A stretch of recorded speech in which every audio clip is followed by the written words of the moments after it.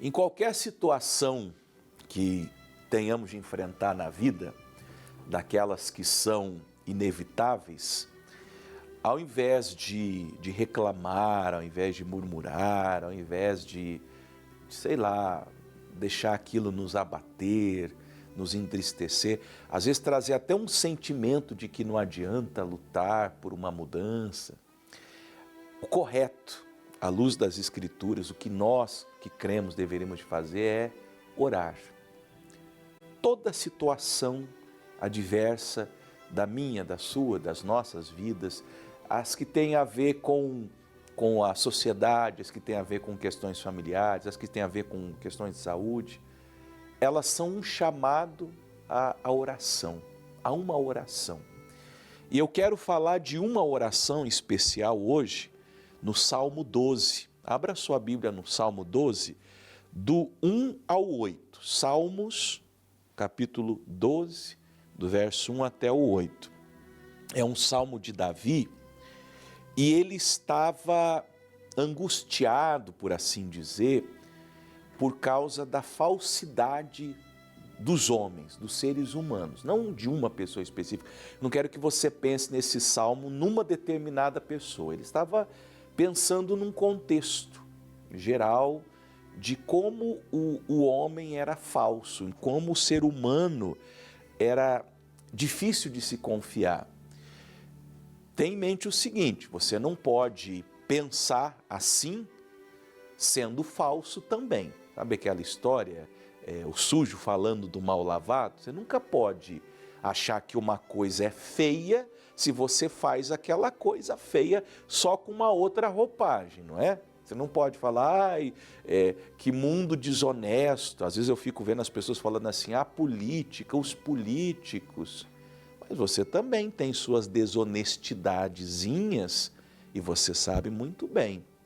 Eu nunca vou me esquecer, eu estava indo para o interior do Paraná uma vez, não lembro se é trabalho, questões familiares, eu não lembro, mas eu lembro do fato. Tinha um caminhão, e era um caminhão de carne, um caminhão frigorífico, e ele tinha tombado numa curva ali, talvez em Ortigueira, por ali, bem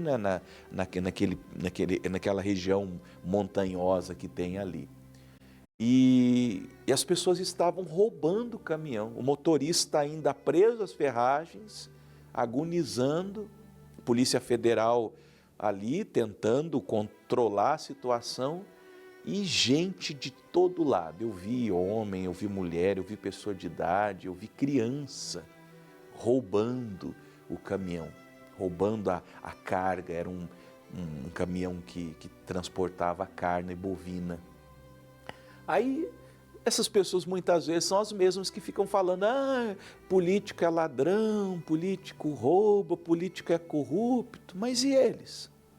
O que aquelas pessoas estavam fazendo ali, pegando o que não era delas? Então, só um adendo para você não se atrever a fazer um tipo de oração como essa, se você é tão sujo quanto. E a gente precisa ter essa honestidade própria.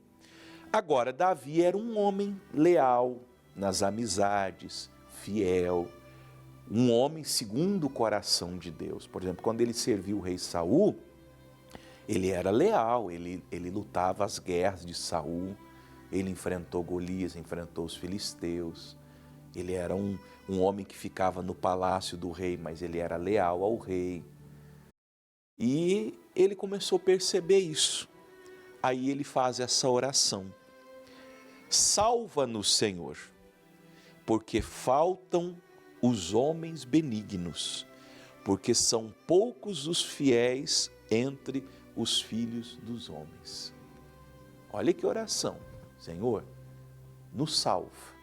Ele está falando em nome de gente sincera, de gente honesta nos negócios, de gente leal nas amizades, nos relacionamentos.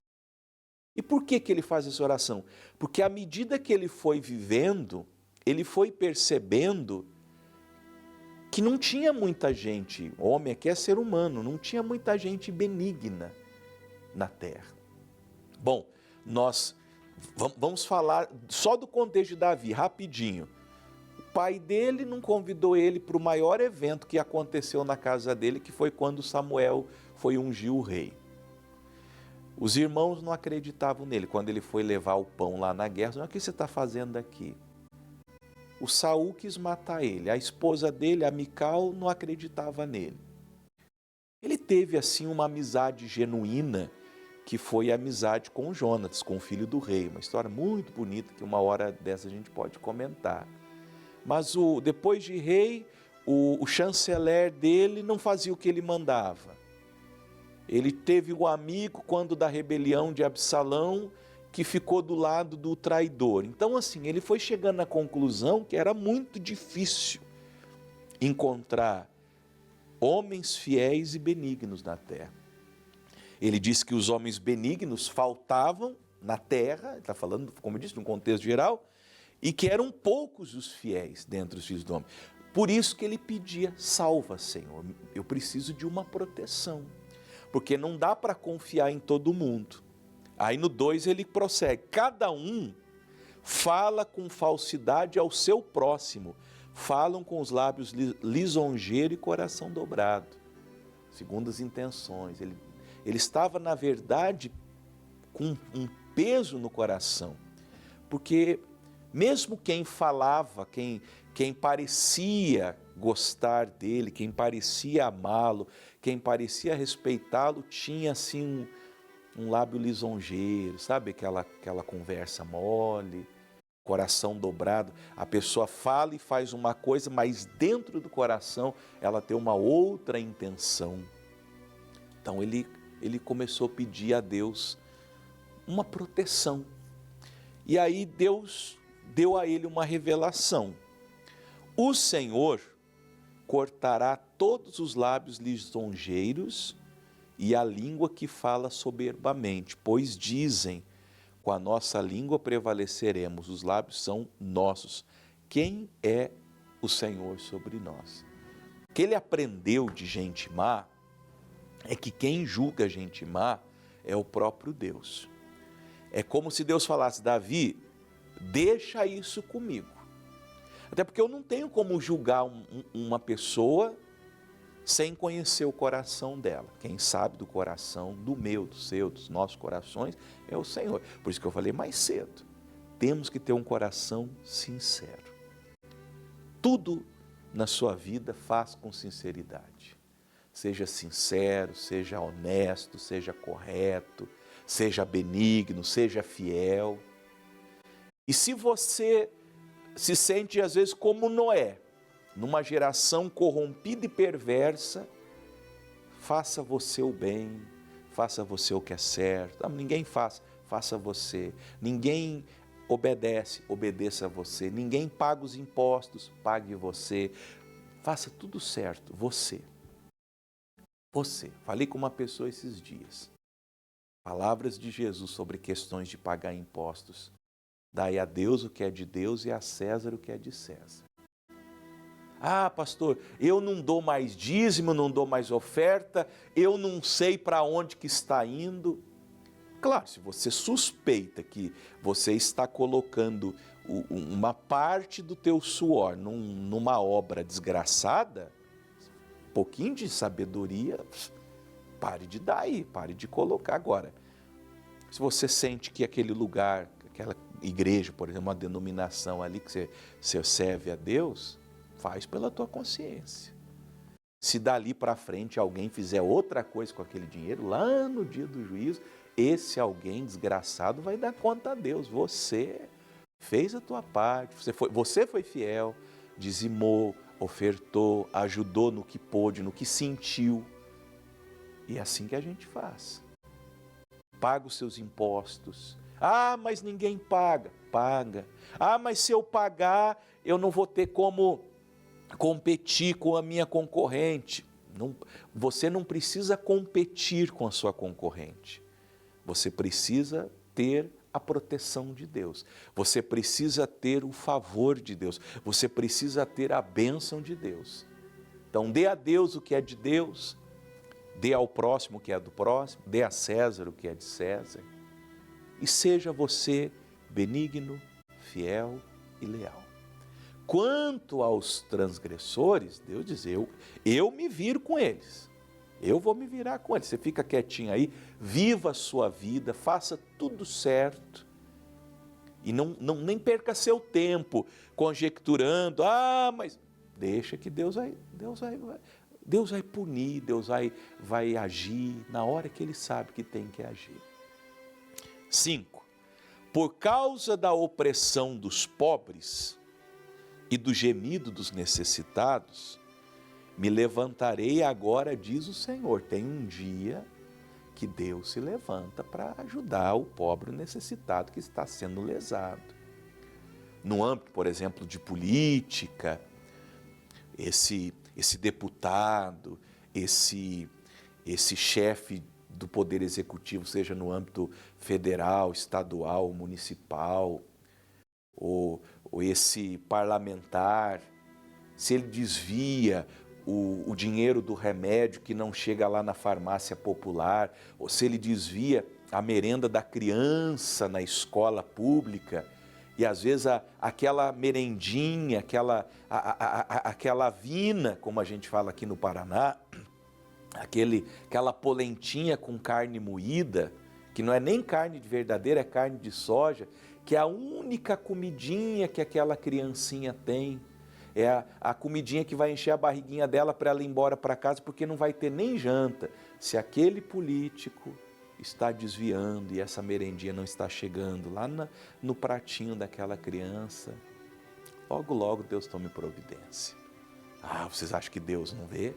Você acha que quem criou os olhos não vê? Que quem criou os ouvidos não ouve?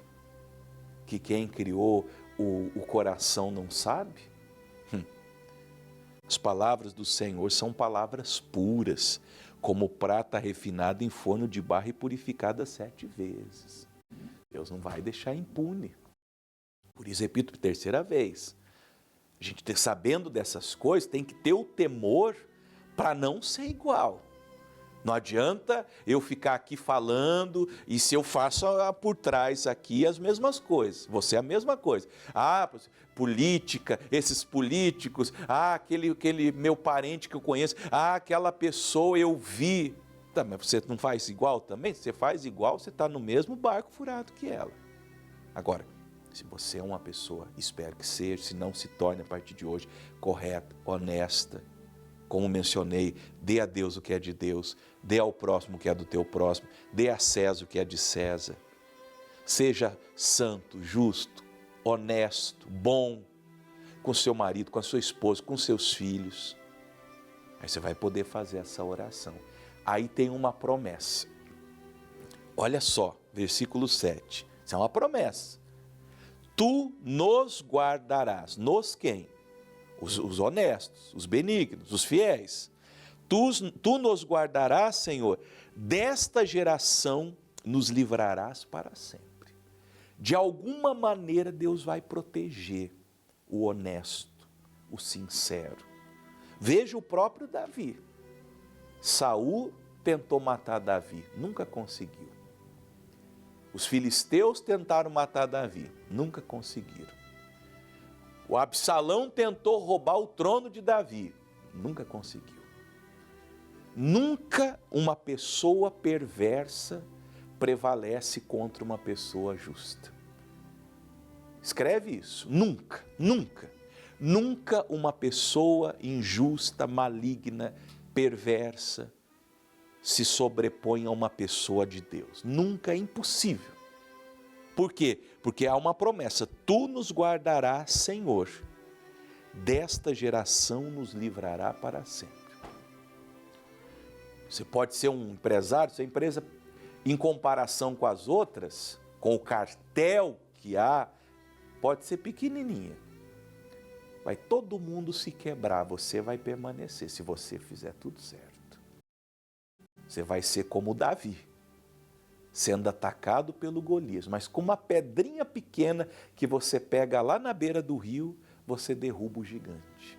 Se você for sincero, se você for honesto, se você for justo e bom. Os ímpios circulam por toda parte, quantos mais vis dos filhos dos homens são exaltados. É o efeito. Então você vai andar num mundo onde os mais vis e corruptos e, sabe, pessoas malignas mesmo andam por aí, mas você vai ser protegido, você vai ser guardado. De você e dos seus, Deus cuidará. Essa foi a lição que Davi aprendeu. Ele percebeu que estava no mundo mal, mas ele disse, eu vou ser uma pessoa diferente. E Deus o guardou até o último dia. Tanta coisa tentaram contra Davi, nunca conseguiram. Por quê? Porque ele foi guardado por Deus. Nós seremos guardados também. Amém?